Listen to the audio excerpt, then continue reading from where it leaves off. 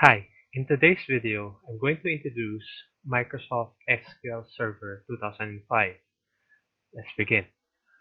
Okay, so what you're seeing right now on your screen is the module that we are going to use in this quarter. So basically, this is the topic that I've been telling you about that is very important for students who are trying to learn how to create programs. Okay, and this is one of those programs that you would really want to create and to know about. Okay, so the reason why I'm showing your modules is because I have here two links that I have provided, and you can visit these links. Number one, for the first link, you can visit this for you guys to have your own copy of your SQL Server. All right, and the second link here, down here, okay, this will give you some solutions to the problems that you might encounter during the installation of SQL Server. Okay, so you can follow these links and you can check it out, or you can check them out. Okay, now uh, after you install Microsoft SQL Server to your computers, all right, let's open it. Okay, but you really have to be careful during the installation because it is very sensitive, or the Microsoft SQL Server is very sensitive when it comes to installation. Okay, and let me just give you some insights for you to have a full experience in using Microsoft SQL Server. Okay, so let's open SQL Server. Okay, Microsoft SQL Server 2005. So what you're going to uh, access is SQL Server Management Studio, and then the icon looks like this. Okay, so press that one, SQL Server now. Okay, uh, some of the problems that you might encounter here is the server name. Okay, this one, server name. Okay, so the first time you're going to run SQL Server, you have to look for the server name. Okay, okay. If you installed SQL Server properly, you would be able to see the name of your server here. Okay, well, in my case, right, the server name failed to appear here. And so what I did is I go to the next tab, and you have your database engine, and this is what we're trying to look for, right? The name. Actually, the database engine name refers to the name of your computer. So you really have to check the name of your computer first. Okay? So you can go to right click start, and you go to system. All right. Okay, so this is the device name or the server name. Okay, so uh, uh, my suggestion is go to the system or the about of your computer, and then try to look for the device name. At first, I also have a problem locating the database engine. So since I know the name of my PC, so what I did there is I simply copy this, and then paste it here. All right, and you have to choose SQL Server authentication, right? And the login here, I have your SA. Okay, SA is it is the default login for SQL Server, right? So not unless you specified something during the installation. Okay, so but if you did not put anything on the login name, all right, by default it has to be SA. All right, And the password, where are you going to get the password? This is what you typed or you entered during the installation. During the installation, it will ask for a password. Okay, so it's up to you. What password are you going to enter? So, but for me, I use 1234. Right, so it is very important because eventually, when we're using .NET, when it comes to creating database program, the password that you type here will appear on your codes. Alright, so again, it is very important for you to remember the login and the password. Okay, so after that, press connect. Here we go. Okay, so again, this is very important. The topic of creating database is very important. I believe I already showed you some of the projects or programs that I did using SQL Server, and it's very important. It's a very different skill. Okay, so right now, this is your Microsoft SQL Server Management Studio, right? So you have here the Object Explorer. So these are the objects, right? And on the right part of your screen, you'll be able to see here the details of those objects. On your left, on the left part of your screen. Like for example, if I click System Database, you'll see the details on the right side. Okay, so yeah, that is very important. Okay, so uh, without further ado, let's create table. All right, let's create table. So what we're going to do is I'm going to select database or databases, right click, new database. Okay, let's click that option there, and then I'm going to type in here student course. So uh, this is written on your module. So that's why I tried to show your module earlier that if you are to follow every steps in your module, you will be able to follow the discussion. Okay. So what we're going to do now is actually I'm going to follow these steps. So right click there, student course. So you have to type in, you really have to follow each step because our activities will be based on this first procedure in creating database. Okay.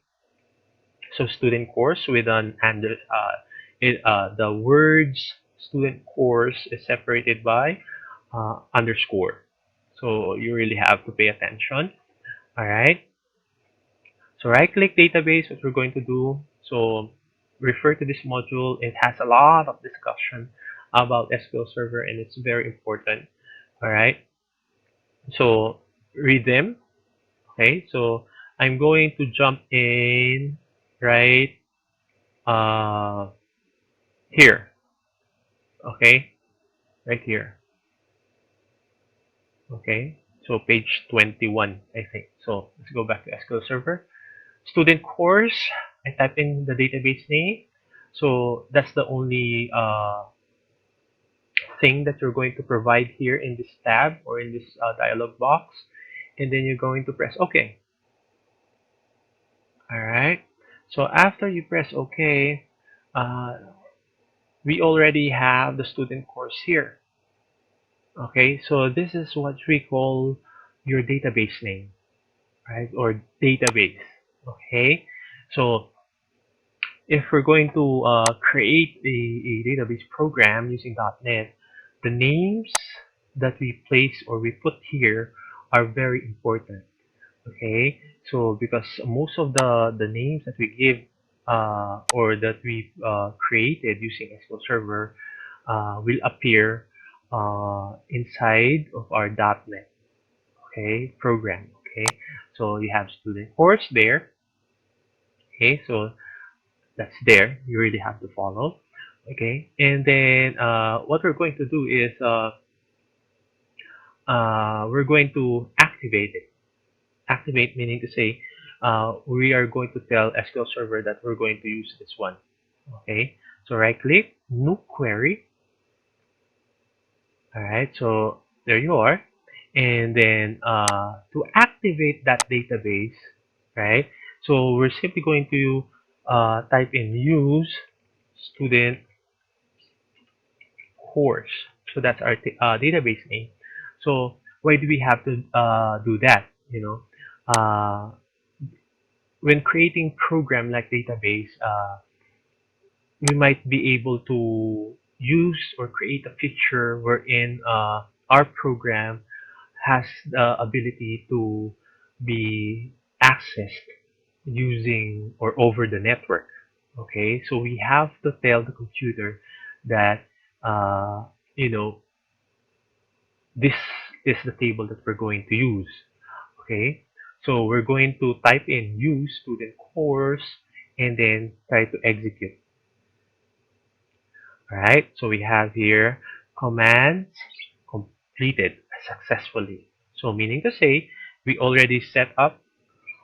managed to set up this database to be our default database that is running by using SQL Server. Okay, so next is, since we're done with that, so as you can see, I just jumped from the topics that I want to show you guys, but we have here a discussion about it. So before you proceed or before you jump into this video and follow this video, all right, my suggestion is follow your module. All right, it has a very detailed discussion about what we're trying to do in this video. Okay, so now we're done with that. So we already selected our database. So what we're going to do now is we're going to type in these codes. All right. So on our query. Okay. So with this, what we're trying or what we're going to try is we're going to create tables. Now tables are I define table as a container of information. Right? So since we're going to talk about student course or all about student, okay, we're going to make a for uh, container where the student information will be placed, right, or will be saved, okay, or stored, right? So what we're going to do is, since we have there, right there, okay, so we're going to go back to SQL Server. Okay, and then we're going to create new query. All right, new query, and then we're going to type in those codes. Okay, so since there's a lot of codes to type, I'm going to fast forward this video so it won't take it doesn't take long. Okay, so I'm going to begin.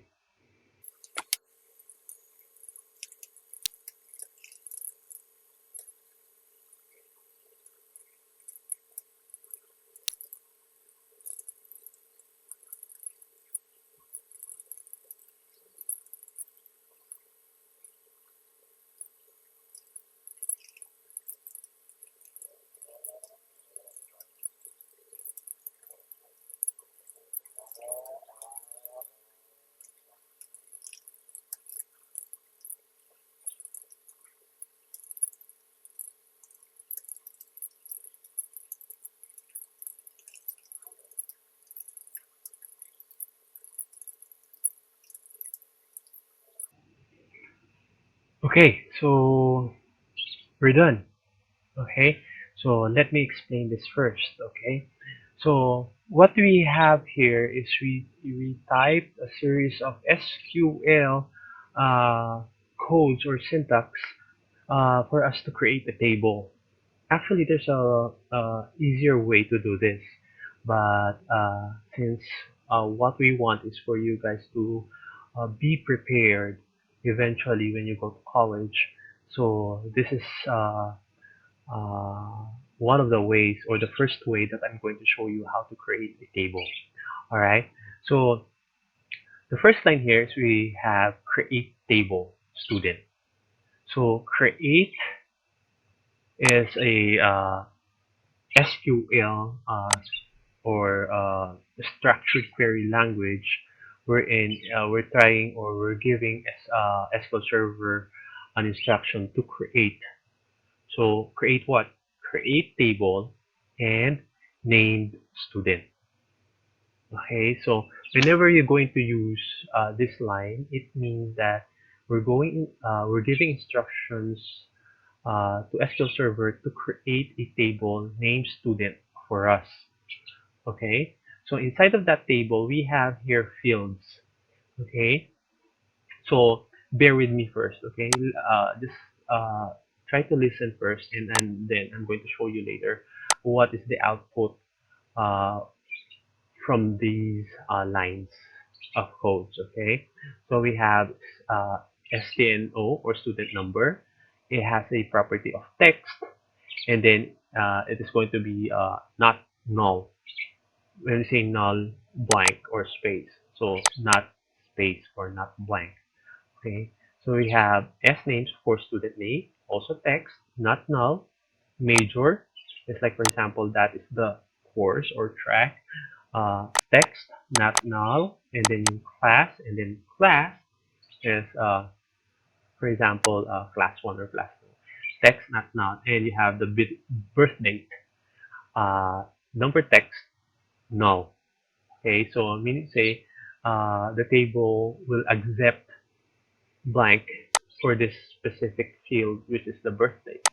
And you have here semicolon. So with these lines, we should be able to create a table for students, right? We should be able to create a container for the student's information. Now, as you can see, we have here another create and followed by another create table. So meaning to say, what we're trying to achieve here is we want to create a container for the student's information and another container for the grade of the student and another container for the section of the student. Okay, so after we type all these lines of codes, we're going to execute, right? So press execute, hopefully, right? Command successfully or commands completed successfully based on what we have entered here. So each of these part here represents each table that we are seeing here on the left side of your screen right now. So I have student table, grade report table, and we have section table. Okay, so after that, so question, what did we create or what have we created? Okay, so this is what I'm trying to tell you, container.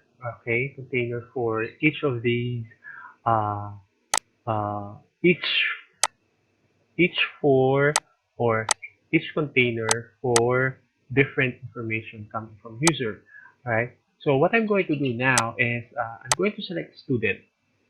So select by single click, right click, and then open table. So for us to have a clear view, all right, on what we have created. Okay, so open table.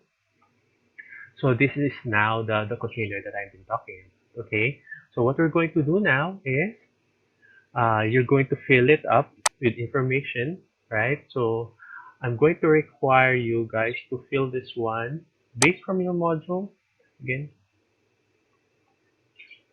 so based from your module, you have your activities based on what we have discussed, right? Contains to the table to retrieve all columns, with all columns saved and execute queries, save the result file, and print out the results. Okay, so well, probably not here, but I'm going to require you to input five information of 5 different students here. For example, type in with a 001, right? Student's name, for example,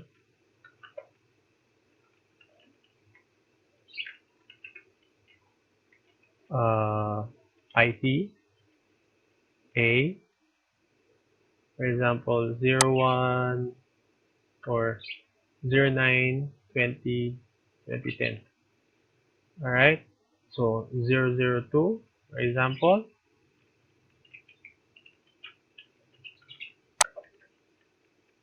uh, arts, B, and then 06, uh, 30, 1983, and then 003,